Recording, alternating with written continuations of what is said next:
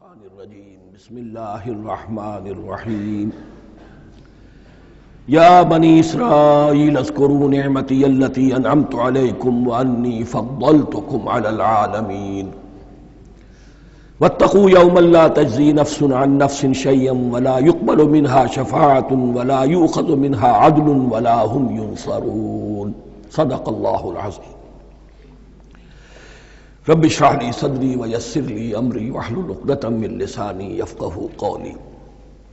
جیسا کہ میں نے عرض کیا تھا، سورہ بقرہ کے 5ویں رکوع سے اور 14ویں رکوع تک تو مسلسل، بلکہ 15ویں رکوع کی بھی پہلی 2 آیات شامل کرنی ہوں گی۔ یہ 10 رکوعوں سے 2 آیات زائد ہیں کہ جن میں خطاب کل کا کل بنی اسرائیل سے ہے۔ البتہ اس میں یہ فرق ہے کہ پہلا رکوع جو ہے وہ ان کو دعوت پر مشتمل ہے، نبی اکرم صلی اللہ علیہ وسلم پر ایمان لانے کی پرزور دعوت۔ بقیہ یہ 9 رکوع جو ہیں یہ ان پر فرد قرارداد جرم ہے جو عائد کی جا رہی ہے۔ ہم نے تمہارے ساتھ یہ احسان و اکرام کیا، تم پر یہ فضل کیا، یہ کرم کیا، تمہیں یہ حیثیت دی، تمہیں یہ مقام دیا، تم نے اس طور سے اپنے اس مشن کی خلاف ورزی کی، اپنے مقام اور مرتبے کو چھوڑ کر اور دنیا پرستی اختیار کی۔ یہ جو 9 رکوع ہیں ان میں بنی اسرائیل کی تاریخ کا تو یوں سمجھیے کہ ایک بہت بڑا حصہ اور نمایاں اس کے فیچرز آئیں گے، لیکن یہ سمجھ لیجئے کہ اصل میں یہ امت مسلمہ کو بھی ایک پیشگی تنبیہ ہے کہ کوئی مسلمان امت جب بگڑتی ہے تو یہ چیزیں اس میں آ جاتی ہیں۔ چنانچہ احادیث موجود ہیں حضور کی، لَيَأْتِيَنَّ عَلَىٰ أُمَّتِي مَا أَتَىٰ عَلَىٰ بَنِي إِسْرَائِيلَ حَزْوَ النَّعْلِ بِالنَّعْلِ، میری امت پر بھی وہ سب حالات وارد ہوں گے جو بنی اسرائیل پر آئے، بالکل ایسے جیسے ایک جوتی دوسری جوتی سے مشابہ ہوتی ہے۔ ایک اور حدیث میں فرمایا لَتَتَّبِعُنَّ سُنَنَ مَنْ قَبْلِكُمْ، تم لازماً اپنے سے پہلوں کی پیروی کرو گے۔ اور اس میں اس حد تک بھی آپ نے وضاحت کر دی کہ اگر وہ سابق امت مسلمہ، سابق امت، اگر وہ گوہ کے بل میں گھسی تھی تم بھی گھسو گے، اور اگر ان میں کوئی بدبخت ایسا اٹھا جس نے اپنی ماں سے زنا کیا تو تم میں سے بھی کوئی شقی ایسا ضرور اٹھے گا جو یہ حرکت کرے گا۔ اس اعتبار سے ان رکوعوں کو پڑھتے ہوئے یہ نہ سمجھیے یہ اگلوں کی داستان ہے، پچھلوں کی کہانیاں ہیں، نہیں۔ خوش طرح باشد کے سر دل براں، گفت آیت در حدیث دیگراں، یہ ہمارے لیے ایک آئینہ ہے اور ہمیں ہر مرحلے پر سوچنا ہوگا، دروں بینی کرنی ہوگی، انٹروسپیکشن، کہ کہیں اسی گمراہی میں ہم مبتلا تو نہیں۔ دیکھتے جائیے گا۔ دوسرا نقطہ پہلے سے یہ سمجھ لیجئے، یہ جو 2 آیتیں میں نے 6 رکوع کی تلاوت کی ہیں، بعین ہی یہی 2 آیتیں 15ویں رکوع میں آئیں گی، اور اس کو یوں سمجھیے کہ یہ 2 بریکٹس ہیں۔ 9 رکوعوں کا مضمون ان 2 بریکٹس کے درمیان ہے۔ یہ 2 آیتیں یہاں سے بریکٹ شروع ہو رہی ہیں، وہ 2 آیتیں ان پر بریکٹ ختم ہو رہی ہیں، بعین ہی وہی آیات۔ ایک آیت میں تو شوشے کا بھی فرق نہیں، دوسری آیت میں صرف ترتیب بدلی ہے، مضمون وہی ہے۔ اس کے مابین جو کچھ ہے، اس سے باہر یہ جو 5واں رکوع تھا، اس کے مضامین گویا کہ ضرب کھا رہے ہیں بریکٹ کے اندر کے سارے مضامین سے۔ یہ حساب کا بہت ہی عام فہم سا قاعدہ ہے، بریکٹ کے باہر کوئی رقم لکھی ہوئی ہے جس کے بعد کوئی زبر، کوئی جمع یا تفریق اگر نہیں ہے تو وہ ضرب کھائے گی، بریکٹ کے اندر جتنی بھی ویلیوز ہیں ان کے ساتھ ضرب کھائے گی۔ تو گویا کہ ہر قدم پر حضور پر دعوت، ایمان لانے کی دعوت اس پورے معاملے میں موجود ہے، اس لیے کہ اس میں بعض آیتیں ایسی آ گئی ہیں، ایک زیادہ نمایاں ایک کم نمایاں، جن سے کچھ لوگوں کو بغالتا ہوا یا کچھ لوگوں نے فتنہ پیدا کیا جان بوجھ کر۔ یہ فتنہ ایک بار پیدا ہوا تھا اکبر کے زمانے میں، دین الہی کی شکل میں، کہ صرف خدا کو مان لینا، آخرت کو مان لینا اور نیک اعمال کرنا نجات کے لیے کافی ہے، کسی رسول پر ایمان لانا ضروری نہیں ہے۔ یہ صوفیہ میں بھی یہ فتنہ بہت بڑے پیمانے پر آیا. مسجد مندر ہکڑو نور، مسجد میں اور مندر میں ایک ہی نور ہے، سب مذاہب ایک ہی ہے. سارا فرق جو ہے شریعتوں کا ہے، عبادت کے ظاہری شکل کا ہے، وہ ہے رسولوں سے متعلق. رسولوں کو بیچ میں سے نکال دیجئے تو یہ دین الہی رہ جائے گا، اللہ کا دین. اتنا بڑا فتنہ تھا کہ جب ہندوستان میں سیاسی اعتبار سے، حکومت کے اعتبار سے مسلمانوں کا اقتدار چوٹی پر تھا، کلائمیکس پر، اکبر اعظم، اس وقت یہ دین الہی کا فتنہ اٹھا کہ دین محمدی کا اب دور ختم ہو گیا. وہ 1000 سال کے لیے تھا، 1000 سال پورے ہو گئے، اب الف ثانی ہے، دوسرا 1000 سال ہے، اس کے لیے نیا دین ہے. اسے دین اکبری بھی کہا گیا اور دین الہی بھی کہا گیا. اور اس میں ایک آیت آئے گی جس سے استدلال کیا ہے کچھ لوگوں.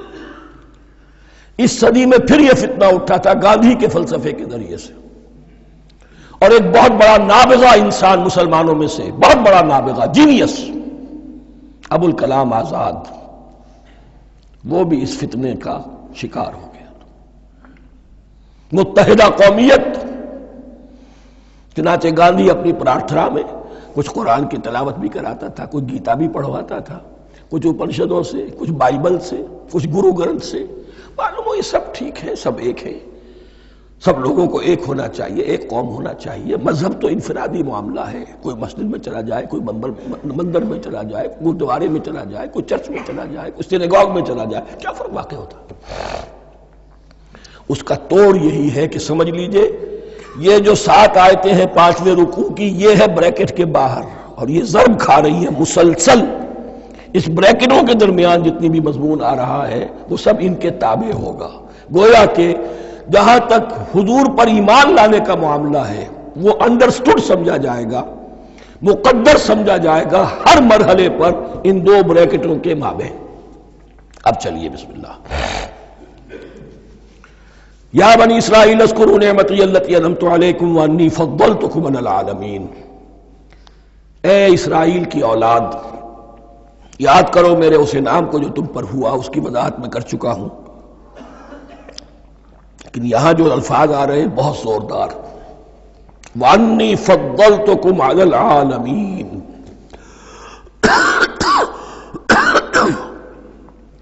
میں نے تمہیں فضیلت عطا کی تمام جہانوں پر.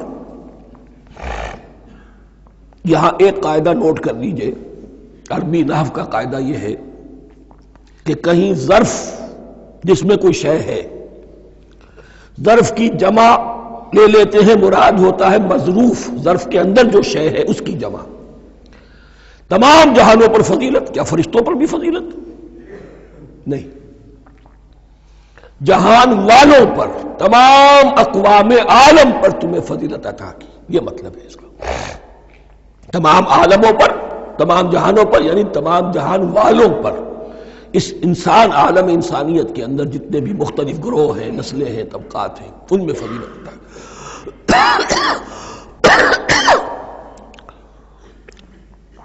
وَاتَّقُوا يَوْمًا لَا تَجْزِي نَفْسٌ عَن نَفْسٍ شَيْئًا. میں عرض کر چکا ہوں، اب تیسری مرتبہ پھر عرض کر رہا ہوں. اصل شیخ آخرت، محاسبہ آخرت. یہ مستحضر ہوگا تو انسان سیدھا رہے گا. اس میں کمزوری آ جائے، ضعف آ جائے تو باقی ایمان باللہ، ایمان بالرسالت، یہ نہ معلوم کیا کیا شکلیں اختیار کر لیں. دیکھیے اس آیت کے اندر 4 اعتبارات سے محاسبہ آخرت کا زور ہے. وَاتَّقُوا يَوْمًا، ڈرو اس دن سے، لا تجزی نفس عن نفس شیئا، جس دن کوئی جان کسی دوسرے کے کام نہ آ سکے گی. ولا يقبل منها شفاعہ، اور نہ کسی سے کوئی سفارش یا شفاعت قبول کی جائے گی. Categorical denial. ولا يؤخذ منها عدل، نہ کسی سے فدیہ قبول کیا جائے گا. ولا هم ينصرون، اور نہ انہیں کوئی مدد مل سکے گی. ہم نے طرح طرح کے عقیدے، شفاعت باطلہ کا تصور. اہل عرب سمجھتے تھے ہمیں یہ فرشتے جو ہے خدا کی بیٹیاں ہیں، یہ لات اور منات اور عزا ہم نے ان کے بت بنا رکھے ہیں، پوچھتے ہیں یہ اپنے ابا جان سے اللہ کی بیٹیاں ہیں نا. لاڈلی بیٹیاں چھڑا لیں گے ہمارے ہاں بھی تصور ہے اولیاء اللہ چھڑا لیں گے. یا شفاعت باطلہ، خود حضور کی شفاعت کے بارے میں جو غلط تصورات ہیں. ایک شفاعت حقہ ہے، اس کی وضاحت کا یہ موقع نہیں ہے.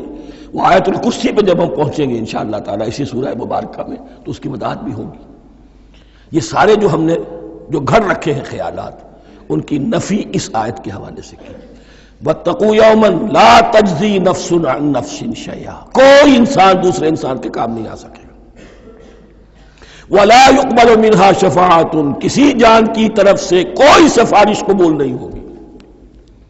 وَلَا يُؤْخَذُ مِنْهَا عَدْلٌ، نہ کوئی فدیہ قبول کیا جائے گا. وَلَا هُمْ يُنصَرُونَ، نہ انہیں کوئی مدد مل سکے گی. اب اس کے بعد اللہ تعالیٰ کے احسانات اور ان کی طرف سے جو ناشکریاں ہوئی ہیں ان کی بڑی تفصیل کے ساتھ اب بات چلے گی. تفصیل نہیں، تیزی کے ساتھ. یہ واقعات کئی 100 برس کے ہیں، لیکن ایک تو یہ کہ ان کی تفاصیل مکی صورتوں میں آ گئی ہیں. سب سے زیادہ سورہ اعراف میں ملے گی، اور بھی کئی صورتوں میں آپ کو مل جائے گی. یہاں پر تو پے بپے، جیسے کہ ایک قرارداد جرم کسی پر کی جاتی ہے تو اس میں سب گنوائے جاتے ہیں، تم نے یہ کیا یہ کیا یہ کیا. وَإِذْ نَجَّيْنَاكُم مِّنْ آلِ فِرْعَوْنَ، اور ذرا یاد کرو جب کہ ہم نے تمہیں نجات دی تھی فرعون کی قوم سے. یسومونکم سوء العذاب، وہ تمہیں بدترین عذاب میں مبتلا کیے ہوئے تھے. یذبحون ابناءکم ویستحیون نساءکم، تمہارے بیٹوں کو ذبح کر ڈالتے تھے اور تمہاری عورتوں کو زندہ رکھتے تھے. عورتیں تو پھر ان کے کام آتی تھی، گھر میں کام کاج کے لونیاں بنتی تھی، گھروں میں ڈال لیتے تھے. لیکن لڑکوں کو، اور یہ 2 موقع پر ہوا ہے بنی اسرائیل کے ساتھ، یہ بعد میں انشاءاللہ اس کی تفصیل آئے گی. وَفِي ذَلِكُمْ بَلَاءٌ مِّن رَبِّكُمْ عَظِيمٌ، اور یقیناً اس میں تمہارے رب کی طرف سے تمہارے لیے بڑی آزمائش تھی. وَإِذْ فَرَقْنَا بِكُمُ الْبَحْرَ، اور یاد کرو جب کہ ہم نے تمہارے لیے سمندر کو پھاڑ دیا یا دریا کو پھاڑ دیا. یہ ایک مختلف فی بات ہے کہ کس جگہ سے کراس کیا تھا بنی اسرائیل نے ایجپٹ سے سینائی پیننسولا آنے کے لیے، جزیرہ نما سینا میں. ایک رائے یہ کہ دریائے نیل کو کراس کر کے گئے ہیں، لیکن یہ بات غلط ہے. دریائے نیل تو مصر کے اندر ہے، وہ کبھی بھی مصر کی حد نہیں بنا. کسی کی رائے یہ ہے کہ جو خلیج سویز ہے، بحر قلزم جو ہے ریڈ سی، وہ اوپر جا کر 2 کھاڑیوں میں تبدیل ہو جاتا ہے. خلیج عقبہ مشرق کی طرف اور خلیج سویز مغرب کی طرف، اور ان کے درمیان میں یہ سینائی پیننسولا جو ہے یہ تکون ہے. جیسے ہندوستان بھارت تکون ہے، ایسے یہ پیننسولا ہے، انڈین پیننسولا، سینائی پیننسولا. اور یہ سویز کینال تو بعد میں بنی ہے. خلیج سویز اور میڈیٹرینین بحیرہ روم کے درمیان یہ کچھ چھوٹی چھوٹی، اگرچہ چھوٹی تھی سمندر کے لحاظ سے، بہت بڑی بڑی جھیلیں تھیں، اور ان جھیلوں ہی کو پھر جوڑ جوڑ کر درمیان میں جو خشکی تھی اس کو کاٹ کر سویز کینال بنائی گئی ہے.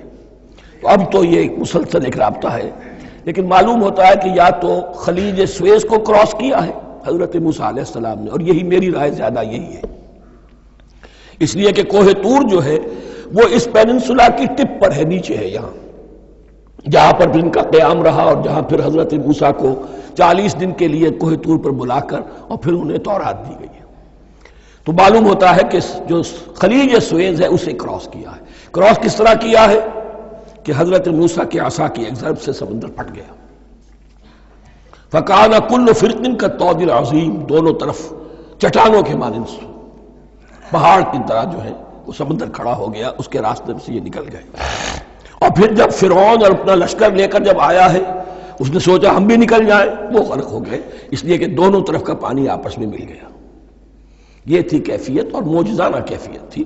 یہ کوئی فطرت کے یا نیچر کے اصول کے مطابق بات نہیں تھی، اور میں عرض کر چکا ہوں، آپ کو بتا چکا ہوں معجزہ کسے کہتے ہیں. وَإِذْ فَرَقْنَا بِكُمُ الْبَحْرَ فَأَنْجَيْنَاكُمْ، جب ہم نے تمہارے لیے یا تمہارے ساتھ سمندر کو پھاڑ دیا، تمہارے لیے، تمہارے گزرگاہ بنانے کے لیے، تو تمہیں تو نجات دے دی. وَأَغْرَقْنَا آلَ فِرْعَوْنَ وَأَنْتُمْ تَنْظُرُونَ، اور تمہاری نگاہوں کے سامنے فرعون کے لاؤ لشکر کو غرق کیا، تم دیکھ رہے تھے. یہ گزر چکے تھے، اس ساحل پر کھڑے ہیں، ادھر سے یہ داخل ہوئے ہیں اور پانی دونوں طرف سے آ کر مل گیا اور یہ غرق ہو گئے۔ وَإِذْ وَعَدْنَا مُوسَىٰ 40 لَيْلَةً، اور یاد کرو پھر جب کوہ طور پر ہم نے موسیٰ کو 40 دن کے لیے بلایا۔ ثُمَّ اتَّخَذْتُمُ الْعِجْلَ، ان کی غیر حاضری میں تم نے بچڑے کی پرستی شروع کر دی، اسے معبود بنا لیا، من بعدہ، اس کی غیر موجودگی میں، وَأَنْتُمْ ظَالِمُونَ، تم بہت بڑا ظلم تھا جس کا ارتکاب کیا۔ ان الشرک لظلم عظیم، عظیم ترین ظلم جو ہے وہ شرک ہے، اور شرک جلی کی یہ شکل کہ بچڑے کو پوج رہے۔ ثم عفونا عنکم من بعد ذلک، پھر ہم نے تمہیں اس کے بعد بھی معاف کیا، یہ ہمارا کرم رہا ہے، ہماری رحمت رہی۔ من بعد ذلک لعلکم تشکرون، تاکہ تم شکر کرو۔ وَإِذْ آتَيْنَا مُوسَى الْكِتَابَ وَالْفُرْقَانَ لَعَلَّكُمْ تَهْتَدُونَ، اور یاد کرو جب کہ ہم نے موسیٰ کو کتاب اور فرقان عطا فرمائی۔ یہ فرقان حق اور باطل کے درمیان فرق کر دینے والی چیز، اور کتاب عام طور پر جو آتا ہے وہ شریعت کے لیے آتا ہے، شریعت بھی دی، کتاب بھی دی، اور فرقان بھی دیا، لعلکم تہتدون، تاکہ تم ہدایت پاؤ۔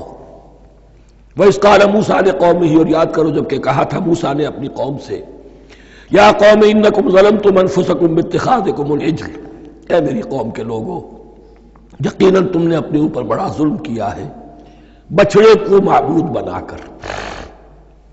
فتوبوا الی بارئکم، پس توبہ کرو اپنے پروردگار، اپنے خالق کی جناب میں۔ باری، باری اللہ تعالیٰ ہے، باری۔ فاقتلوا انفسکم، تو قتل کرو اپنے آپ کو۔ یہ چیز جو ہے تورات میں تفصیل سے آئی ہے، قرآن میں نہیں ہے۔ اسی اعتبار سے میں نے آپ کو بتایا تھا کہ تورات کا مطالعہ اس اعتبار سے مفید ہے کہ بہت سے واقعات جن کا قرآن میں ذکر ہے، اجمالاً اشارہ ہے، اس کی تفصیل کے لیے ہمیں تورات سے رجوع کرنا پڑتا ہے، ورنہ یہ کہ اس آیت کا صحیح مفہوم واضح نہیں ہوگا۔ فاقتلوا انفسکم، اپنے آپ کو قتل کرو، کیا مانی؟ یہ قتل مرتد کی سزا ہے۔ وہاں معلوم ہوتا ہے کہ حضرت موسیٰ نے یہ حکم دیا، 12 قبیلے تھے، ہر قبیلے میں سے کچھ لوگوں نے یہ کفر اور شرک کیا، باقی لوگوں نے نہیں کیا۔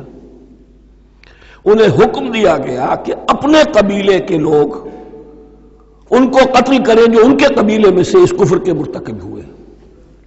انفسکم سے مراد یہ اپنے قبیلے کے لوگوں کو تم قتل کرو، اس لیے کہ قبائلی زندگی جو ہوتی ہے آپ کو معلوم ہے، اس میں کوئی اور قبیلہ ہاتھ لگا دے تو قبائلی عصبیت بھڑک اٹھے گی۔ 70,000 یہودی قتل ہوئے، اس سے بڑی توبہ اور ممکن نہیں، اس سے بڑا پرج، کسی بھی آئیڈیولوجیکل پارٹی کے اندر پرج بہت ضروری ہوتا ہے۔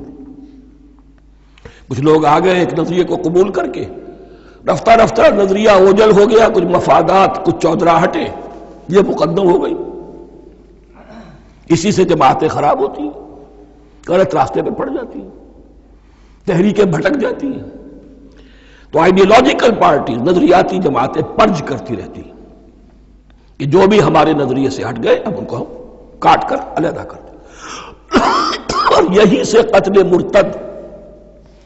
تو یہ چیز حدیث میں ہے یا پھر قرآن میں یہاں ہے، اس حوالے سے جو لوگ ہمارے ہاں بعض علماء بھی ہیں، جدید دانشور ہیں، جو قتل مرتد کی جو حد ہے اسلام میں اس کو تسلیم نہیں کرتے، لیکن میرے نزدیک یہ شریعت موسوی کا تسلسل ہے کہ شریعت موسوی کی جس شے کو بدلا نہ گیا ہو، جس کے بارے میں صراحتاً یہ معلوم نہ ہو کہ یہ شے تبدیل کر دی گئی، تو وہ شریعت محمدی کا جز بن گئی۔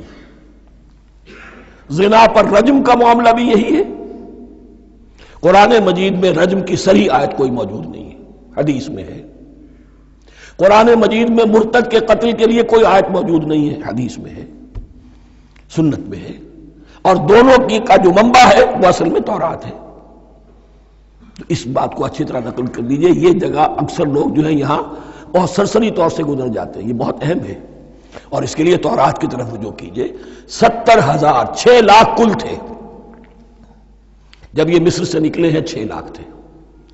کتنے عرصے کے بعد پیننسولا پہنچے ہیں، سینائی پیننسولا میں اور طور میں کچھ اور ان کی تعداد بڑھ گئی ہوگی، لیکن یہ کہ ان میں سے 70 لاکھ کو قتل کیا اپنے ہاتھوں سے.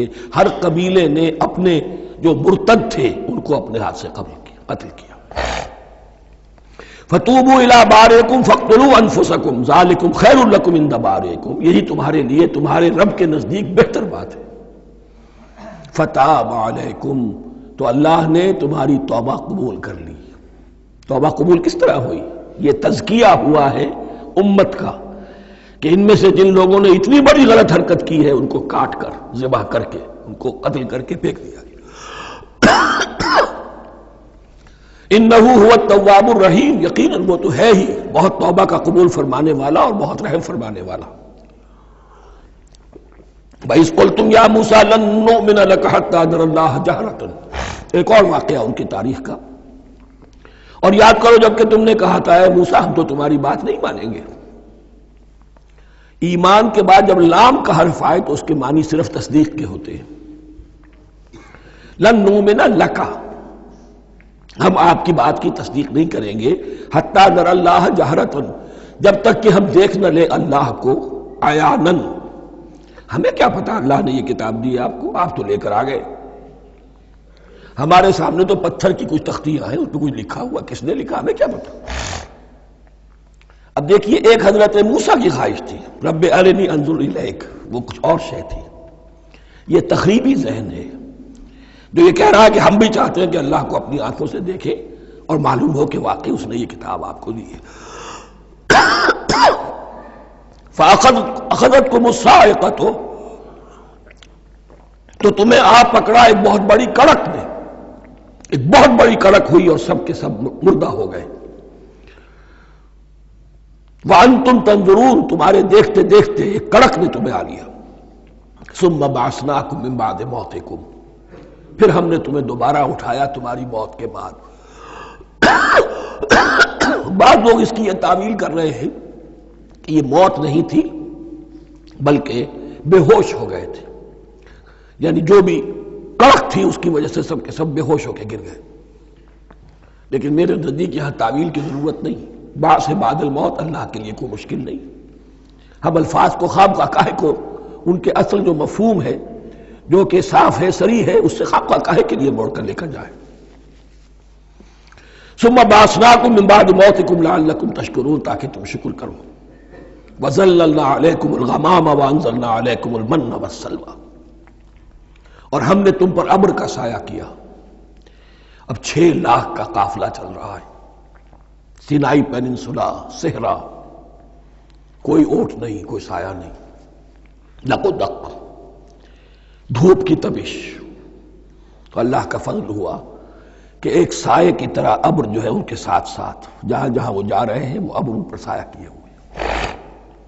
وَأَنزَلْنَا عَلَيْكُمُ الْمَنَّ وَالسَّلْوَىٰ، کھانے کو کچھ نہیں تو من اور سلوہ نازل کیے گئے. من ایسے اترتا تھا رات کے وقت کہ جیسے شبنم کے قطرے ہوتے ہیں، لیکن وہ ہوتا تھا کسی ایسی چیز کا جس میں شیرینی تھی، اور پھر وہ زمین پر آ کر جم کر وہ ایک گویا کے دانہ بن جاتے تھے. یہ ان کا اناج ہو گیا. کاربوہائیڈریٹ سپلائی اس سے ہو گئی، من سے.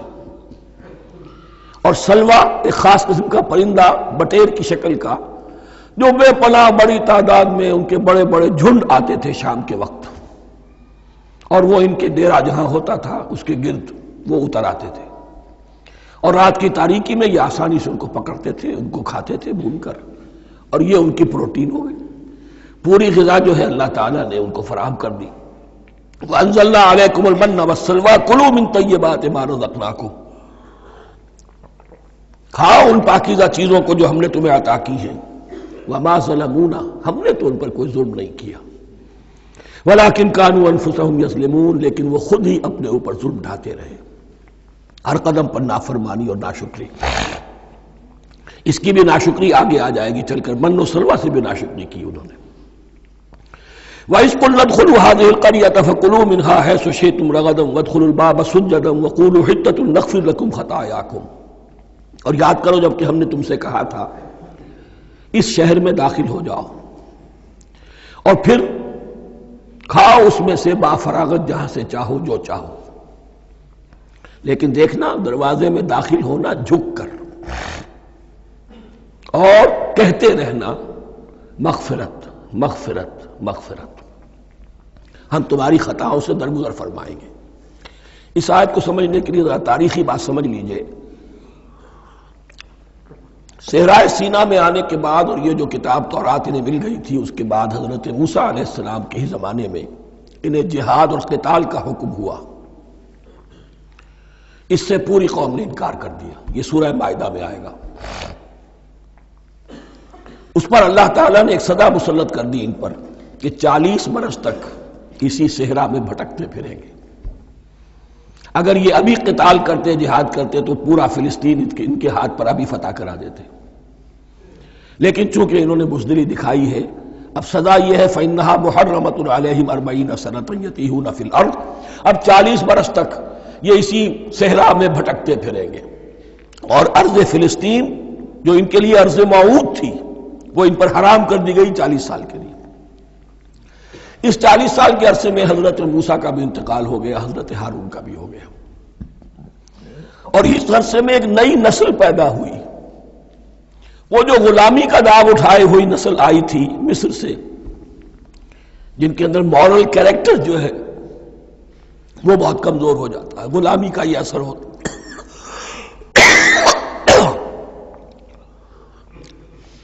وہ پوری نسل ختم ہو گئی، نئی نسل اب پیدا ہوئی، 40 برس صحرا میں پیدا ہوئے، یہی پلے بڑھے، ان میں اب ایک جذبہ تھا۔ حضرت موسیٰ کے پھر جو خلیفہ تھے یوشع ابن نون، جوشوا، تورات میں ان کا نام جوشوا ہے، یوشع، ان کی سرکردگی میں اب بنی اسرائیل کی اس نئی نسل نے قتال کیا، جنگ کی، اور پہلا شہر جو فتح ہوا وہ اریحا۔ آج بھی وہ شہر جو ہے جیریکو جو آپ دیکھتے ہیں خبروں کے اندر آتا ہے بار بار، اریحا اس کا پرانا نام ہے، یہ شہر فتح ہوا۔ اس فتح کی بات کا تذکرہ ہو رہا ہے۔ یاد کرو جب کہ ہم نے تم سے کہا تھا اس بستی میں، اس شہر میں داخل ہو جاؤ، فاتحانہ، اور پھر جو کچھ یہاں ہے، جو نعمتیں ہیں ان سے متمتع ہو، کھاؤ پیو، لیکن داخل ہونا سجدہ کرتے ہوئے، مراد کیا؟ جھک کر، یعنی ایسا نہ ہو کہ تکبر کی وجہ سے تمہاری گردنیں اکڑ جائیں، گردنیں جھکا کر اللہ کا احسان مانو، یہ نہ سمجھو کہ یہ فتح تم نے حاصل کی۔ اس کی تفسیر اصل میں نظر آتی ہے حضور کی شخصیت میں، کہ جب فتح مکہ کے موقع پر مکے میں داخل ہوئے ہیں تو جس سواری پر آپ بیٹھے ہوئے تھے، آپ کی پیشانی اس کی گردن کے ساتھ جڑی ہوئی تھی۔ یہ وقت ہوتا ہے جب کہ تکبر اور تعلی، فاتح کی حیثیت سے آنا، اور بندہ مومن کے لیے یہی وقت ہے تواضع کا، جھکنے کا۔ وَقُولُوا حِطَّةٌ، حتیٰ یحط کہتے ہیں جھاڑ دینے کو، تو اس کے معنی کیا ہے؟ اے اللہ ہمارے گناہ جھاڑ دے، مغفرت، اے اللہ ہمیں مغفرت، ہماری مغفرت فرما، جو خطائیں ہو گئی بخش دے۔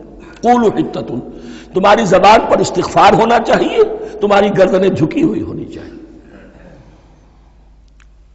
نغفر لکم خطایاکم، اگر تم اس پر عمل کرو گے ہم تمہاری خطائیں جو ہیں انہیں معاف فرما دیں گے۔ وسنزید المحسنین، اور جو تم میں محسن ہوں گے انہیں اور بھی زیادہ دیں گے، اور انعام و اکرام آئیں گے۔ فبدل الذین ظلموا قولا غیر الذی قیل لہم، تو ان میں سے جو ظالم تھے، جو بد کردار تھے، انہوں نے بدل دیا، ایک اور قول اختیار کر لیا اس قول کی جگہ جو انہیں کہا گیا تھا۔ کہا گیا تھا حتہ حتہ، انہوں نے کہنا شروع کیا حنطہ حنطہ، ہمیں تو گیہوں چاہیے، گیہوں چاہیے۔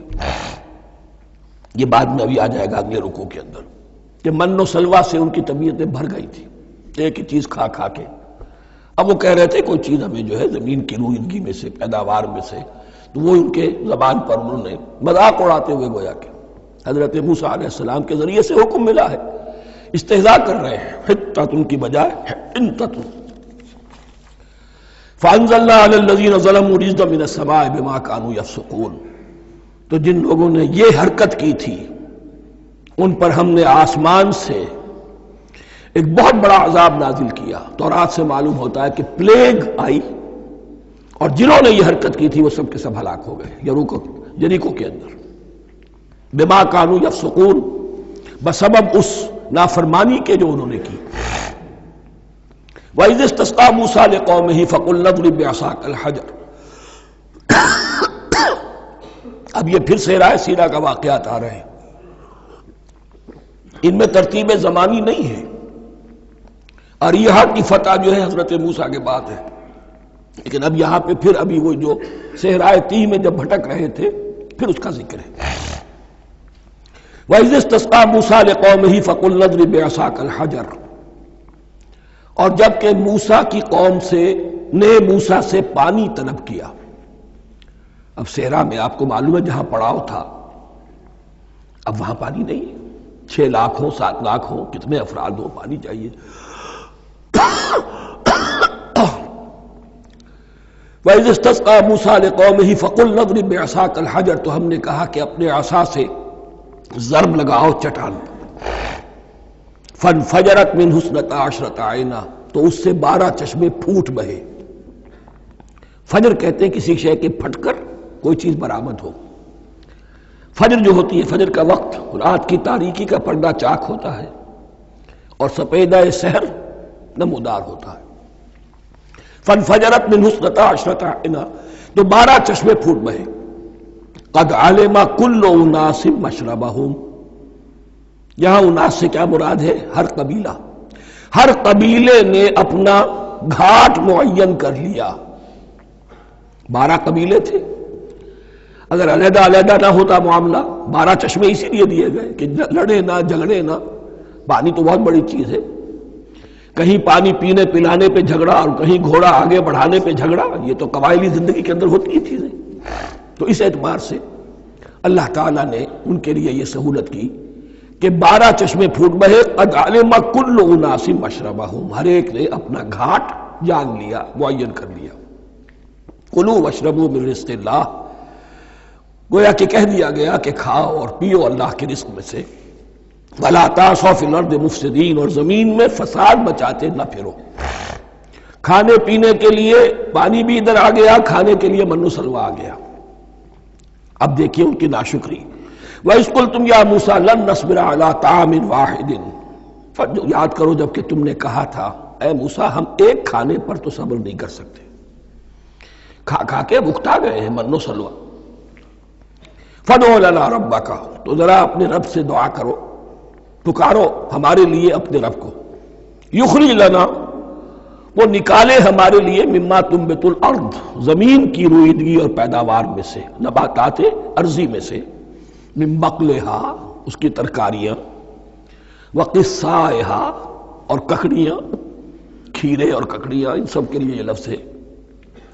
وفومہا، ایک ترجمہ گیہوں کیا گیا ہے لیکن میرے نزدیک زیادہ صحیح ترجمہ ہے لہسن، اور سرائکی زبان میں بھی اور ممکن ہے کہ سندھی میں بھی ہو تھوم، تھوم کہتے ہیں لہسن کو، یہ فوم کی بدلی ہوئی شکل ہے، اس لیے کہ یہی علاقہ ہے جس میں عرب آئے تھے، تو عربوں کی زبان کے بہت سے الفاظ جو ہیں سرائکی زبان میں خاص طور پر وہ بہت زیادہ تو تھوڑی سی شکل بدل کر وہ کافی تعداد میں موجود ہے۔ وعدسہا، اور دال خاص طور پر مسور کی، وبصلہا، اور پیاز۔ اب جو چٹخارے جس سے بنتے ہیں سالن کے، ان کی زبانیں وہ چٹخارے مانگ رہی۔ ظاہر بات ہے کہ اگر وہ سلوا بھی تھا، بٹیرا ہے، اسے آگ کے اوپر ذرا سا تپایا اور کھایا، وہ ایک ہی خاص قسم کی غذا ہے جو چل رہی ہے۔ اسی طرح من جو ہے وہ ایک خاص قسم کا سیریل ان کے لیے بن گیا ہے، لیکن یہ جو چٹخارے ہیں یہ تو لہسن سے ہے، پیاز سے ہے، ترکاریوں سے ہے، ان تمام چیزوں سے، دال کا اپنا ایک ذائقہ ہے۔ قَالَ تَسْتَبْدِلُونَ الَّذِي هُوَ أَدْنَىٰ بِالَّذِي هُوَ خَيْرٌ، حضرت موسیٰ نے فرمایا کیا تم وہ شے بدلے میں لینا چاہتے ہو اس کے، کیا وہ شے جو کمتر ہے بدلے میں چاہتے ہو اس کے کہ جو بہتر ہے؟ من و سلوہ کہیں بہتر ہے اللہ کی طرف سے جو تمہیں دیا گیا ہے، تم اس سے تمہارا جی بھر گیا ہے، اس کو ہاتھ سے دے کر چاہتے ہو کہ یہ ادنا چیزیں تمہیں ملے۔ اہبتو مصرن، اب یہ لفظ آ گیا اہبتو، اب ظاہر بات ہے یہ آسمان سے زمین پر اترنے کے لیے لفظ نہیں ہے اہبتو، یہاں اس کا ترجمہ صحیح ہوگا سیٹل ڈاؤن سم ویئر، اگر زمین کی یہ چیزیں چاہیے تو کہیں سیٹل ہو جاؤ اور کاشت کرو، بیج ڈالو، آبیاری کرو، یہ ساری چیزیں تمہیں مل جائیں۔ اہبطوا مصرا، کہیں سیٹل ڈاؤن ہو جاؤ، کہیں اتر پڑو کسی بستی میں، کسی علاقے میں، فإن لکم ما سألتم، تمہیں مل جائے گا جو کچھ کہ تم نے مانگا۔ وَضُرِبَتْ عَلَيْهِمُ الذِّلَّةُ وَالْمَسْكَنَةُ وَبَاءُوا بِغَضَبٍ مِّنَ اللَّهِ۔ اب یہ ہے ان کی وہ خباثتیں، ان کے وہ ناشکریاں، ان کی وہ معصیتیں، ان پر جو آخری حکم دیا جا رہا ہے، جو اگر آپ برا نہ مانیں تو میں عرض کروں گا آج یہود پر اتنا اپلیکیبل نہیں ہے جتنا مسلمانوں پر ہے۔ ضربت علیہم الذلۃ والمسکنۃ وباؤوا بغضب من اللہ۔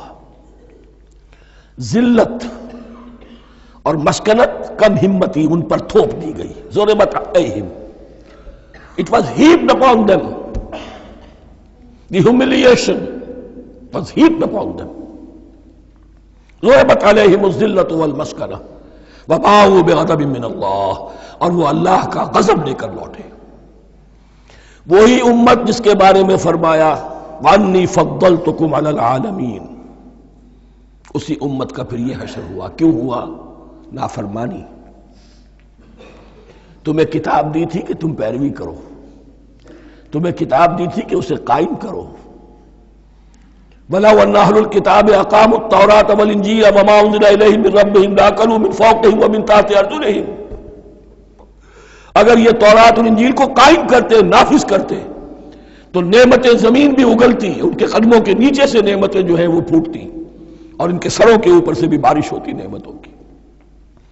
لیکن اگر تم نے اس کو چھوڑ کر اپنی خواہشات، اپنے نظریات، اپنے خیالات، اپنا تمرد، اپنی سرکشی، اپنی حاکمیت، اپنی مصلحتیں، اپنی عقل، اس کو بالا تر کیا، تو پھر جو قوم اللہ کے قانون کی، اللہ کی ہدایت کی، اللہ کی کتاب کی امین ہوتی ہے دنیا میں، وہ اللہ کی ریپرزنٹیٹو ہوتی ہے، نمائندہ ہوتی ہے۔ اگر وہ اپنے عمل سے مس ریپرزنٹ کرے اللہ کو، تو وہ کافروں سے بڑھ کر مغضوب اور کافروں سے بڑھ کر مبغوض ہو جاتی ہے، مغضوب بھی مبغوض بھی۔ یہ کافروں کو تو دین پہنچانا تمہارے ذمہ تھا، تم نے دین ان کو کیا پہنچانا تھا، تم تو خود دین سے منحرف ہو گئے۔ آج اس جگہ پر امت مسلمہ کھڑی ہے کہ 1.25 بلین یا 1.5 بلین، 125 کروڑ عزت نام کی شے نہیں ہے کہ عزت نام تھا جس کا گئی تیمور کے گھر سے، سارے معاملات دنیا کے G7 G15 کے ہاتھ میں ہیں، سیکیورٹی کونسل اس کے پرماننٹ ممبر کا ویٹو ہے، اور نہ سیکیورٹی کونسل میں اور نہ کہیں کسی G7 میں، نہ G9 میں، نہ G15 میں کوئی مسلمان ملک نہیں۔ کس نمی پرست کی بھیا کیستی، ہماری اپنی پالیسیز کہیں اور طے ہوتی ہیں، ہمارے اپنے بجٹ کہیں اور بنتے ہیں، ہماری صلح اور جنگ کسی اور کے اشارے سے ہوتی ہے، ریموٹ کنٹرول، یہ ذلت اور مسکنت۔ ہم کہتے ہیں ہماری شہرگ ہے کشمیر، اور جنگ کرنے کو تیار نہیں ہے۔ یہ خوف نہیں تو کیا ہے، یہ مسکنت نہیں تو کیا ہے؟ اگر اللہ پر یقین ہو اور اپنے حق پر یقین ہو تو اگر شہر دوسرے کے قبضے میں ہے تو ہمت کرو، یا تخت یا تختہ، لیکن نہیں۔ آپ کے ریڈیو پر، ٹیلی ویژن پر خبریں آتی رہیں کہ اتنی مسلمانوں کے ساتھ یہ کر دیا، اتنی مسلمان عورتوں کی بے حرمتی کر دی، لیکن یہاں ہم بیٹھے ہوئے اپنے اپنے دھندوں میں، اپنے اپنے کاروبار میں، اپنی اپنی ملازمتوں میں، اپنے اپنے کیریئرز میں، دنیا میں کیا کچھ ہو رہا ہے۔ بہرحال اس وقت یہ جو ہے، میں نے جیسا کہ عرض کیا تھا کہ یہ ہے تاریخ بنی اسرائیل کی، لیکن خوشترا باشد کے سر دل براں، گفت آیت در حدیث دیگراں، یہ ہمارا نقشہ ہے آج اس آیت میں۔ ضربت علیہم الذلۃ والمسکنۃ وباؤوا بغضب من اللہ۔ اور یہ کیوں؟ ذالک بانہم کانوا یکفرون بآیات اللہ، یہ اس لیے کہ وہ اللہ کی آیات کا انکار کرتے رہے، وَيَقْتُلُونَ النَّبِيِّينَ بِغَيْرِ الْحَقِّ، اللہ کے نبیوں کو ناحق قتل کرتے رہے۔ ہمارے ہاں بھی مجددین امت میں سے کتنے ہیں جو جیلوں میں ڈالے گئے، جن کو ایسی ایسی مار پڑی ہے کہ کہا جاتا ہے کہ ہاتھی کو بھی وہ مار پڑتی تو برداشت نہ کرتا۔ احمد ابن حنبل کے ساتھ کیا ہوا؟ ابو حنیفہ جیل میں انتقال کیا، امام مالک کے کندھے کھینچ دیے گئے، اتار دیے گئے، منہ کالا کر کے اور اونٹ پر بٹھا کر پھرایا گیا۔ امام دار الہجرہ شیخ احمد سرہندی جیل میں رہے، سید احمد بریلوی اور ان کے ساتھیوں کو خود مسلمانوں نے تہہ تیغ کیا ہے۔ بہرحال یہ داستانیں ہیں، اب نبی تو کوئی نہیں آئے گا، ان کے ہاں نبی تھے، ہمارے ہاں مجددین ہیں، علماء حق ہیں، جیسے کہ حدیث بھی ہے علماء امتی کا انبیاء بنی اسرائیل، تو جو انہوں نے انبیاء کے ساتھ کیا ہم نے مجددین اور علماء کے ساتھ کیا۔ ذالک بما عصوا وکانوا یعتدون، اور یہ ہوا ان کی نافرمانیوں کی وجہ سے اور حد سے تجاوز کرنے کی وجہ سے۔ اللہ تعالیٰ تو ظالم نہیں ہے، اللہ نے تو اونچا مقام دیا تھا، ہمیں بھی خیر امت قرار دیا، کنتم خیر امت اخرجت للناس تأمرون بالمعروف وتنہون عن المنکر وتؤمنون باللہ۔ اب اگر ہم نے وہ اپنا مشن چھوڑ دیا تو ذلت اور مسکنت وہ ہمارا مقدر بن گئی۔ اللہ کا قانون اور اللہ کا عدل بے لاگ ہے، وہ فرام امہ ٹو امہ چینج نہیں ہوتا۔ سنت اللہ جو ہے لن تجد لسنت اللہ تحویلا ولن تجد لسنت اللہ تبدیلا، اللہ کی سنت بدلتی نہیں۔ بنی اسرائیل کا جو حشر ہوا آج وہ ہمارا ہو رہا ہے۔ بہرحال اس پر میری جو کتاب ہے سابق اور موجودہ مسلمان امتوں کا ماضی حال اور مستقبل، اس کا مطالعہ کیجیے۔ اب آ گئی وہ آیت کہ جس سے استدلال کیا گیا ہے کہ ایمان بالرسالت نجات کے لیے ضروری نہیں ہے۔ ان الذین آمنوا والذین ہادوا والنصارى والصابئین من آمن باللہ والیوم الآخر وعمل صالحا فلہم اجرہم عند ربہم ولا خوف علیہم ولا ہم یحزنون۔ یقیناً جو لوگ ایمان لائے، اور اس سے مراد ہے جو ایمان لائے حضور پر، محمد پر صلی اللہ علیہ وسلم، والذین ہادوا، اور جو یہودی ہو گئے، والنصارى، اور نصرانی، والصابئین، اور صابی وہ لوگ تھے عراق کے علاقے میں رہتے تھے جو کہتے تھے کہ ہم دین ابراہیمی پر ہیں، لیکن ان کے ہاں بھی بہت کچھ بگڑ گیا تھا، جیسے حضرت ابراہیم کی نسل حضرت اسماعیل کی نسل بگڑ گئی تھی تو اس طرح وہ بھی بگڑ گئے تھے، ستارہ پرستی زیادہ تر ان کے ہاں تھی۔ من آمن باللہ والیوم الآخر، جو کوئی بھی ایمان لایا اللہ پر اور یوم آخر پر، وعمل صالحا، اور اس نے عمل کیے اچھے، فلہم اجرہم عند ربہم، تو ان کے لیے محفوظ ہے ان کا اجر ان کے رب کے پاس، ولا خوف علیہم ولا ہم یحزنون، اور نہ ان پر کوئی خوف ہوگا اور نہ وہ کسی حزن سے دوچار ہوں گے۔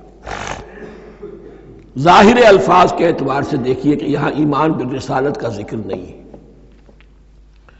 ویسے تو اگر کوئی اس سے یہ غلط استدلال کرتا ہے تو اس کا پہلا جو اصولی جواب ہے وہ تو یہ ہے کہ ایسی حدیثیں بھی موجود ہیں، من قال لا الہ الا اللہ دخل الجنہ، تو اس کے کیا معنی ہے؟ صرف کہنے سے جنت میں داخل ہو جائیں گے، کسی عمل کی ضرورت نہیں؟ جواب یہ دیا جائے گا پورے قرآن کو سامنے رکھو، پورے حدیث کے ذخیرے کو سامنے رکھو، کسی ایک جگہ سے کوئی ایک نتیجہ نکال دینا وہ صحیح نہیں۔ لیکن اس کے علاوہ وہ اصول جو میں بیان کر چکا ہوں کہ یہ سلسلہ شروع کہاں سے ہوا ہے، 5واں رکوع، وَآمِنُوا بِمَا أَنزَلْتُ مُصَدِّقًا لِمَا مَعَكُمْ وَلَا تَكُونُوا أَوَّلَ كَافِرٍ بِهِ، انہیں ایمان کی زوردار دعوت سے تو یہ ساری بات شروع ہوئی ہے۔ اب فصاحت اور بلاغت کا یہ تقاضا ہے کہ بار بار اس کو دہرایا نہ جائے، وہ بات انڈرسٹوڈ رہے گی، مقدر رہے گی، سمجھی جائے گی کہ ہر جگہ پر وہ موجود ہے، اس لیے کہ ساری گفتگو ہو رہی ہے اسی کے حوالے سے۔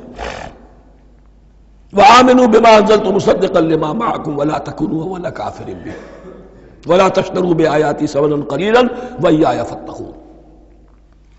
اس حوالے سے یوں سمجھیے اب اس آیت کو کہ یہاں پر کچھ الفاظ محذوف مانے جائیں گے. ان الذین آمنوا والذین ہادوا والنصارى والصابئین من آمن باللہ والیوم الآخر وعمل صالحا فی ایامہم فلہم اجرہم عند ربہم ولا خوف علیہم ولا ہم یحزنون. ہر دور میں جبکہ ابھی حضرت عیسیٰ نہیں آئے تھے تو جو بھی یہودی تھے اس وقت تک حضرت موسیٰ کے ماننے والے، وہ جو بھی اللہ پر ایمان رکھتے تھے اور نیک عمل کرتے تھے، آخرت کو مانتے تھے، ان کی نجات ہو جائے گی. لیکن حضرت عیسیٰ کے آنے کے بعد ان کو نہیں مانا، اب وہ کافر قرار پائے. لیکن اب حضرت عیسیٰ کے آنے کے بعد جب تک حضور نہیں آئے جو بھی مانتا ہے، لیکن یہ کہ شرط یہی ہوگی کہ اپنے اپنے زمانے میں، اصل میں نفی جس بات کی جا رہی ہے وہ یہ ہے کہ یہ نہ سمجھو کہ کسی گروہ میں ہونے سے نجات ہوتی ہے. نجات کسی گروہ میں ہونے کی وجہ سے نہیں ہے، نجات کی بنیاد ایمان اور عمل صالح ہے. کسی رسول پر ایمان لانا اپنے دور کے رسول پر وہ تو لازم ہے، لیکن یہ ہے کہ اس پر ایمان تو لے آئے اور وہ عمل صالح نہیں ہے تو نجات نہیں ہوگی. تو یہ اپنے اپنے دور میں، اپنے اپنے زمانے میں ہر امت کے لیے وَلِكُلِّ أُمَّةٍ أَجَلٌ قرآن مجید کے ایک مقام پر آیا ہے، ہر امت کے لیے ایک خاص معین مدت ہے. اس معینہ مدت میں اب ظاہر بات ہے جو لوگ حضور کی بعثت سے پہلے فوت ہو گئے ان پر تو کوئی ذمہ داری نہیں تھی حضور پر ایمان لانے کی. اور ایسے لوگ تھے، ایسے موحدین مکے میں موجود تھے جو یہ کہتے تھے کعبے کے پردے پکڑ پکڑ کر، اے اللہ ہم صرف تجھے پوجنا چاہتے ہیں، صرف تیری بندگی کرنا چاہتے، لیکن جانتے نہیں کیسے کریں. یہ بات موجود تھی اور ان کا انتقال بھی ہو گیا. یہ زید، سعید ابن زید، سعید جو حضرت عمر کے بہنوئی تھے اور وہ عشرہ مبشرہ میں سے ہیں، ان کی اہلیہ حضرت فاطمہ بنت خطاب، ان دونوں کے ایمان کو اللہ نے ذریعہ بنایا حضرت عمر کے ایمان کا. اور یہ والد تھے سعید کے زید، وہ یہ کہتے ہوئے دنیا سے چلے گئے حضور کی ابھی بعثت ہی نہیں ہوئی تھی، اے اللہ میں صرف تیری بندگی کرنا چاہتا ہوں، کیسے کروں یہ نہیں جانتا. اسی کو ذہن میں رکھیے، اہدنا الصراط المستقیم جو میں نے کہا تھا، ایک سلیم الفطرت انسان، سلیم العقل انسان توحید تک پہنچ جاتا ہے، آخرت کو پہچان لیتا ہے. لیکن اب کیا کروں؟ اس شریعت کے لیے، ان احکام کے لیے وہ دستے سوال دراز کرنے پر مجبور ہے. الحمدللہ رب العالمین الرحمن الرحیم مالک یوم الدین ایاک نعبد و ایاک نستعین اہدنا الصراط المستقیم. اسی صراط المستقیم کی دعا کا یہ جواب اب آئے گا، شروع ہوگا سورہ بقرہ سے. یہ کرو، یہ نہ کرو، یہ فرض ہے، یہ تم پر لازم کیا گیا، یہ چیز حرام کی گئی، وغیرہ وغیرہ. ان الذین آمنوا والذین ہادوا والنصارى والصابئین من آمن باللہ والیوم الآخر وعمل صالحا.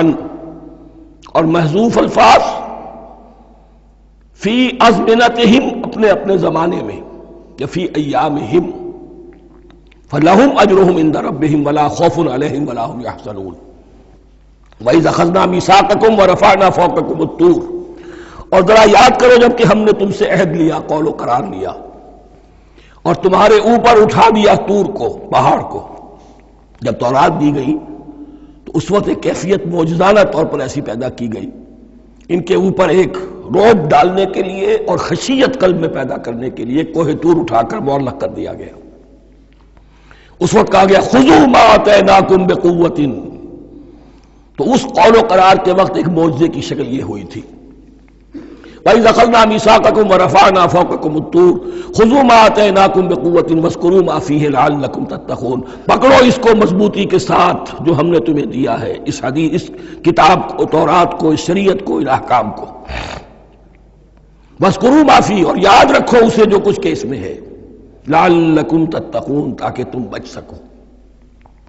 ثُمَّ تَوَلَّيْتُم مِّن بَعْدِ ذَلِكَ، پھر تم نے روگردانی کی اس کے بعد، اس میثاق کو توڑا، میثاق الست کو توڑا تھا، اور دوسرے یہ میثاق شریعت جو تم سے لیا گیا اس کو بھی توڑا. ثم تولیتم من بعد ذلک فلولا فضل اللہ علیکم ورحمتہ لکنتم من الخاسرین. پھر اگر اللہ کا فضل تمہارے شامل حال نہ ہوتا اور اس کی رحمت تمہاری دستگیری نہ کرتی رہتی، بار بار تمہیں معاف کیا، تمہیں مہلت دی، تو اگر یہ چیز نہ ہوتی تو اسی وقت سے تم خسارہ پانے والے اور تباہ ہونے والے ہو جاتے۔ وَلَقَدْ عَلِمْتُمُ الَّذِينَ اعْتَدَوْا مِنْكُمْ فِي السَّبْتِ، اور تمہیں خوب معلوم ہے تم میں سے وہ لوگ جنہوں نے سبت کے قانون کو توڑا، حد سے تجاوز کیا۔ یہ واقعہ تفصیل کے ساتھ سورہ اعراف میں آئے گا کہ ان کی شریعت میں ہفتے کا روز معین کر دیا گیا تھا، کوئی دنیاوی کام نہیں ہوگا۔ آج بھی وہ لوگ جو ہے سبت کو، جو بھی پریکٹسنگ جیوز ہیں، وہ اس کی پابندی کرتے ہیں اور بڑی شدت سے کرتے ہیں۔ لیکن ایک زمانے میں ایک خاص ان کا قبیلہ تھا کہ جس نے ایک بڑے ہی شرعی ہیلہ ایجاد کر کے اس قانون کی دھجیاں بکھیری۔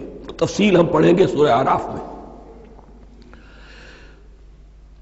وَلَقَدْ عَلِمْتُمُ الَّذِينَ اعْتَدَوْا مِنْكُمْ فِي السَّبْتِ، تو تمہارے علم میں ہے تمہارے وہ لوگ کہ جنہوں نے سبت کے قانون کے ضمن میں خلاف ورزی کی۔ فَقُلْنَا لَهُمْ كُونُوا قِرَدَةً خَاسِئِينَ، تو ہم نے کہہ دیا ان کو کہ ہو جاؤ ذلیل بندر۔ ان کی شکلیں بس کر دی گئی، انہیں بندروں کی شکل میں تبدیل کر دیا گیا۔ فَجَعَلْنَاهَا نَكَالًا لِمَا بَيْنَ يَدَيْهَا، پھر ہم نے اس واقعے کو یا اس بستی کو ایک بنا دیا مثال، لوگوں کے لیے ان کی عبرت کے سامان بنا دیا، ان کے لیے بھی جو سامنے موجود تھے اس زمانے کے لوگ، اور ان کے لیے بھی جو بعد میں آنے والے تھے۔ وَمَوْعِظَةً لِّلْمُتَّقِينَ، اور اسے ایک نصیحت، ایک سبق آموزی کی بات بنا دیا اہل تقویٰ کے لیے۔ وَإِذْ قَالَ مُوسَىٰ لِقَوْمِهِ إِنَّ اللَّهَ يَأْمُرُكُمْ أَن تَذْبَحُوا بَقَرَةً، اور یاد کرو جب کہ موسیٰ نے اپنی قوم سے کہا یقیناً اللہ تمہیں حکم دیتا ہے کہ گائے کو ذبح کرو۔ یہ واقعہ میں پہلے آپ کو بتا دوں، پھر ہم یہ آیات تیزی سے پڑھ لیں گے۔ بنی اسرائیل میں ایک شخص قتل ہو گیا، عامیل نامی، اور قاتل کا پتہ نہیں چل رہا تھا۔ اللہ تعالیٰ نے حضرت موسیٰ کے ذریعے سے حکم دیا کہ ایک گائے کو ذبح کرو اور اس کے جسم کے ایک ٹکڑے سے اس مردے کو چھوؤ، وہ جی اٹھے گا اور وہ بتا دے گا میرا قاتل کون ہے۔ اب یہ کہ یہ معجزات کی شکل ہے جو بار بار آ رہے ہیں، اور سابق اس امت کے اندر معجزات کا آپ کو بہت عمل دخل ملے گا۔ اس میں ایک تو یہ کہ گائے کو ذبح کرنا، وہ گائے کے تقدس کا جو ان کے دل میں ذہن میں تھا، تو ذبح کرنے سے اس کے اوپر بھی گویا کہ ایک تلوار چلائی گئی، اور پھر انہیں دکھا بھی دیا گیا کہ ایک آدمی زندہ بھی ہو سکتا ہے، بعد سے بعد الموت کا بھی ایک نقشہ دکھا دیا گیا انہیں۔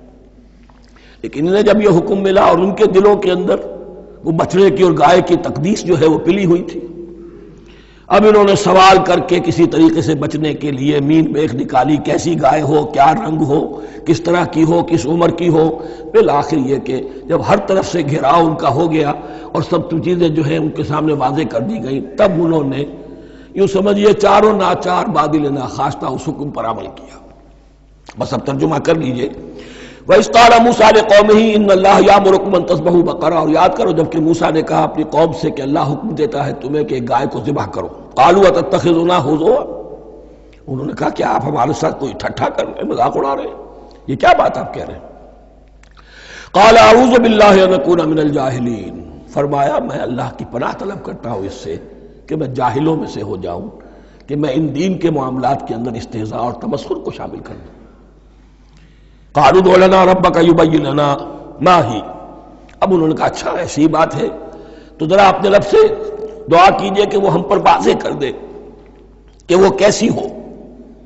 قال انه يقول، حضرت موسیٰ نے فرمایا، اللہ تعالیٰ فرماتا ہے انها بقرۃ لا فارض ولا بکر، وہ ایک ایسی گائے ہونی چاہیے کہ جو نہ بوڑھی ہو نہ بالکل بچھیا ہو، عوان بین ذالک، ان کے بین بین ہو۔ فَفَعَلُوا مَا تُؤْمَرُونَ، تو اب کر گزرو جو تمہیں حکم دیا گیا۔ قَالُوا ادْعُ لَنَا رَبَّكَ يُبَيِّن لَنَا مَا لَوْنُهَا، اب انہوں نے پھر کہا ذرا ایک دفعہ اور دعا کیجئے اپنے رب سے، وہ ہمیں بتا دے اس کا رنگ کیسا ہونا چاہیے۔ قال انه يقول انها بقرة صفراء فاقع لونها تسر الناظرين، فرمایا اللہ فرماتا ہے کہ وہ گائے ایسی ہونی چاہیے زرد رنگ، شوخ رنگ، شوخ زرد رنگ کی، چمکیلی، جو دیکھنے والوں کو خوب اچھی لگے، پسند آئے، دل میں کھپ جانے والی۔ اب جو زیادہ سے زیادہ ان کے ہاں مقدس سمجھے جاتے تھی گائے، رفتہ رفتہ سوال کر کے اگر پہلے ہی حکم پر وہ کر دیتے تو کسی بھی گائے کو ذبح کر دیتے، لیکن یہاں گھیراؤ ان کا ہو رہا ہے کہ جس کی تقدس کا ان کے ذہن میں زیادہ سے زیادہ تاثر ہے اسی کو واضح کیا جائے۔ قالوا ادع لنا ربک یبین لنا ما ہی، پھر انہوں نے کہا ذرا اللہ سے دعا کیجئے اور وہ ہمیں یہ بتائے کہ وہ کیسی ہو۔ ان البقرہ تشابہ علینا، یقیناً ہم کچھ شبہ میں پڑ گئے ہیں، یہ گائے کا معاملہ مشتبہ ہو گیا ہے ہم پر۔ قال انہ یقول، فرمایا اللہ فرماتا ہے انہا بقرۃ لا ذلول تثیر الارض ولا تسقی الحرث، وہ ایک ایسی گائے ہونی چاہیے کہ جو کوئی جس سے مشقت نہ لی جاتی ہو، نہ وہ ہل جوتتی ہو اور نہ وہ رہٹ کا پانی کھینچتی ہو۔ تسیر الارض، نہ تو وہ زمین کو جوتنے میں ہل چلانے میں کام میں لی جائے، ولا تسقی الحرث، اور نہ کھیتی کو پانی پلانے کے لیے وہ پانی کھینچنے میں استعمال کیا جائے۔ مسلمتن، اور پوری سالم ہونی چاہیے، یک رنگ، لا شیۃ فیہا، اس میں کسی دوسرے رنگ کا کوئی داغ تک نہ ہو۔ اب کیا کرتے، گھیراؤ میں آ گئے۔ قالوا الآن جئت بالحق، کہا انہوں نے کہ ٹھیک ہے اب تو آپ نے بات جو ہے پوری طریقے سے واضح کر دی۔ فذبحوها وما كانوا يفعلون، تب انہوں نے اس کو ذبح کیا اور وہ کرنے والے نہیں تھے، دل میں نہیں تھا، بادل ناخواش تھا۔ اب دیکھیے یہاں ترتیب ذرا واقعے کی جو ہے مختلف ہو گئی ہے۔ جو اس ذبح بقرہ کا سبب تھا وہ بعد میں بیان ہو رہا ہے یہاں، تورات میں چونکہ واقعات کو اس طریقے سے بیان کیا ہے لہذا وہاں ترتیب دوسری ہے۔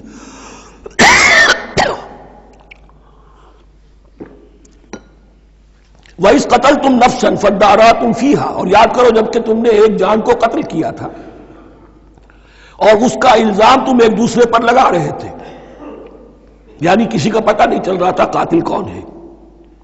وَاللَّهُ مُخْرِجٌ مَا كُنتُمْ تَكْتُمُونَ، اور اللہ تعالیٰ فیصلہ کر چکا تھا کہ جو کچھ تم چھپا رہے ہو اسے نکال کر رہے گا، واضح کرے گا۔ فَقُلْ نَضْرِبُوهُ بِبَعْضِهَا، تو ہم نے حکم دیا کہ اس کی لاش کو اس گائے کے ایک ٹکڑے سے، اس کے جسم کے ایک حصے سے ضرب لگاؤ۔ کذالک یحیی اللہ الموتیٰ، اور دیکھو اس طریقے سے اللہ مردوں کو زندہ کر دے گا۔ تھوڑی دیر کے لیے وہ زندہ ہوا اور اس نے اپنے قاتل کا نام بتا دیا۔ وَيُرِيكُمْ آیَاتِهِ لَعَلَّكُمْ تَعْقِلُونَ، اور وہ تمہیں دکھاتا ہے اپنی آیات تاکہ تم عقل سے کام لو۔ اب جو الفاظ آ رہے ہیں بہت سخت ہیں، بہت سخت ہیں، لیکن ان کو پڑھتے ہوئے درون بینی ضرور کیجیے گا، اپنے اندر جھانکیے گا۔ ثم قست قلوبکم، پھر تمہارے دل سخت ہو گئے جب دین میں ہیلے بہانے نکالے جانے لگے اور ہیلوں بہانوں کے ذریعے سے شریعت کے احکام سے بچا جائے، اللہ کو دھوکہ دینے کی کوشش کی جائے، اس کا جو نتیجہ نکلتا ہے وہ دل کی سختی۔ ثم قست قلوبکم، پھر تمہارے دل سخت ہو گئے۔ فہی کالحجارۃ او اشد قسوہ، تو وہ تو اب پتھروں کے مانند ہیں بلکہ سختی میں ان سے بھی زیادہ شدید ہے۔ یہ ویسے بھی فصاحت اور بلاغت کا بھی بڑا ایک عمدہ مقام ہے قرآن کا۔ وَإِنَّ مِنَ الْحِجَارَةِ لَمَا يَتَفَجَّرُ مِنْهُ الْأَنْهَارُ، پتھروں میں سے تو ایسے بھی ہوتے ہیں جن میں سے چشمے پھوٹ بہتے ہیں۔ وَإِنَّ مِنْهَا لَمَا يَشَقَّقُ فَيَخْرُجُ مِنْهُ الْمَاءُ، اور ایسے بھی ہیں جو شق ہو جاتے ہیں، پتھر چٹانیں، ان میں سے پانی برآمد ہو جاتا ہے۔ وَإِنَّ مِنْهَا لَمَا يَهْبِطُ مِنْ خَشْيَةِ اللَّهِ، اور ان میں وہ بھی ہوتے ہیں جو اللہ کے خوف سے گر پڑتے ہیں۔ وَمَا اللَّهُ بِغَافِلٍ عَمَّا تَعْمَلُونَ، اور اللہ تعالیٰ غافل نہیں ہے اس سے کہ جو تم کر رہے ہو۔ یہ کیفیت جو ہے ثم قست قلوبکم فہی کالحجارۃ او اشد قسوہ، ہے کون؟ یا بنی اسرائیل اذکروا نعمتی التی انعمت علیکم وانی فضلتکم علی العالمین، جن پر 1400 برس ایسے گزرے کہ کوئی لمحہ ایسا نہ تھا کہ نبی موجود نہ ہو، جنہیں 3 کتابیں دی گئیں،